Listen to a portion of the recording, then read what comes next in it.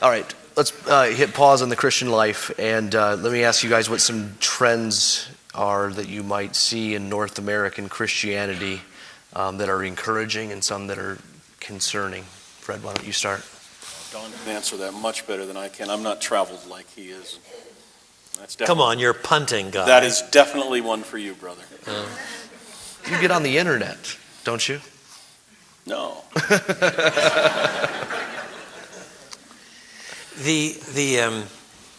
We're all aware of dangers in the culture, more and more public immorality of various kinds, less and less tolerance under the name of tolerance, the incivility of public discourse, not just political but in every domain,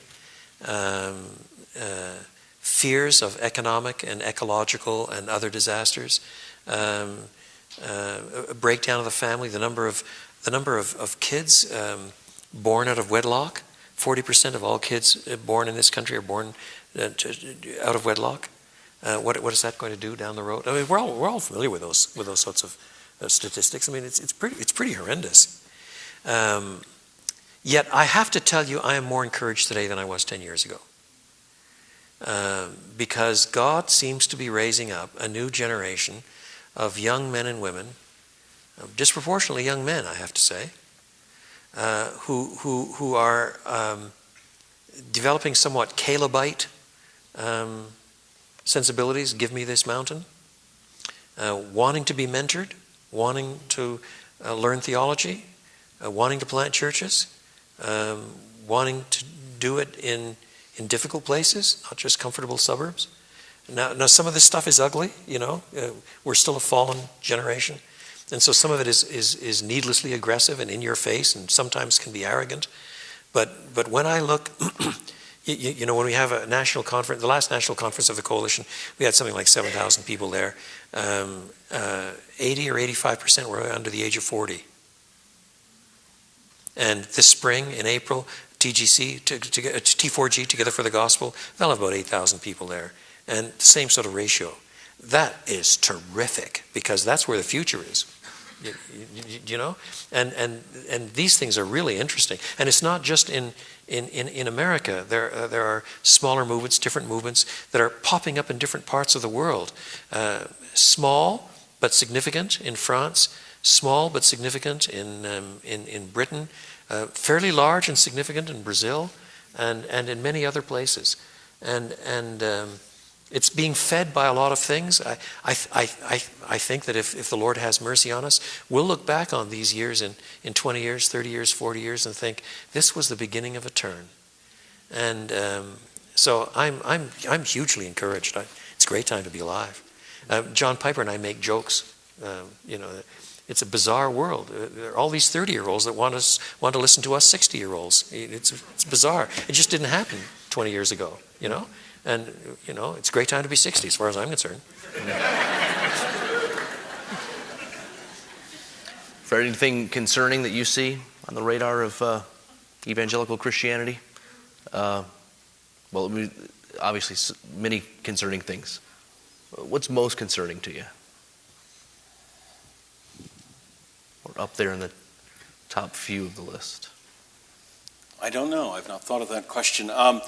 One of the things that comes to mind is among a concern that I've seen among, and I don't want to paint it too broad of a brush, but again, among many of this movement that I'm so happy with that I mentioned earlier, the gospel mafia pushing the gospel, and there's much more of a gospel centrality and all of that, and I'm thrilled with that, like Don is. But in some aspects of it, there seems to be, in some, a lack of concern over personal godliness. It's more of a I'm content with what I am in Christ, and not enough push to personal godliness. Thankfully, that's not widespread throughout the movement, but there's enough of that is concerning. I agree with that. Yeah, I agree with that. All right, so one more question. You each have one more sermon to preach. I don't. That's it. No, not this weekend. What did I miss? Hypothetically, you have one more sermon in life to preach. Hopefully this isn't prophetic. What would you preach? Your next sermon is your last one. What would you preach? I don't know how to answer it. I don't know that I could answer it unless I was really faced with that. I'm certain it would be something very gospel-centered. Beyond that, I don't know how to answer that. I don't either, but I think it would depend a bit on where it was going to be. Mm-hmm. I don't travel, so I wasn't even thinking of that. Yeah. All I know is if I only had one more to go, then you're going to have to preach the second sermon tomorrow morning.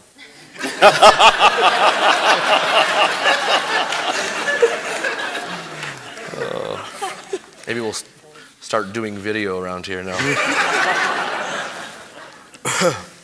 Okay. Don, if you have one more book to write, and only one more book to write, what would it be? I have no idea. I mean, I really don't know how to answer those sorts of what's the most important thing you've ever read, or what's the most important thing you've ever said, or what's the most important theologian in your life, or what's the most important book that you'd write if you had one more birthday. I have no idea how to answer that. I'm not trying to duck it. I just don't know how to answer it. Okay. Are those your least favorite questions?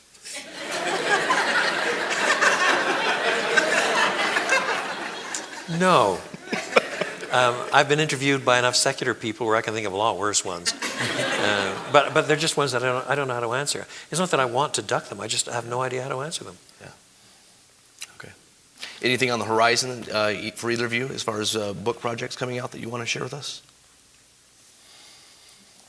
I've been, I'll be working with P&R on a, hope if I can just get to it. They want me to, you've seen the guided tour series that they have. Steve Nichols has done some.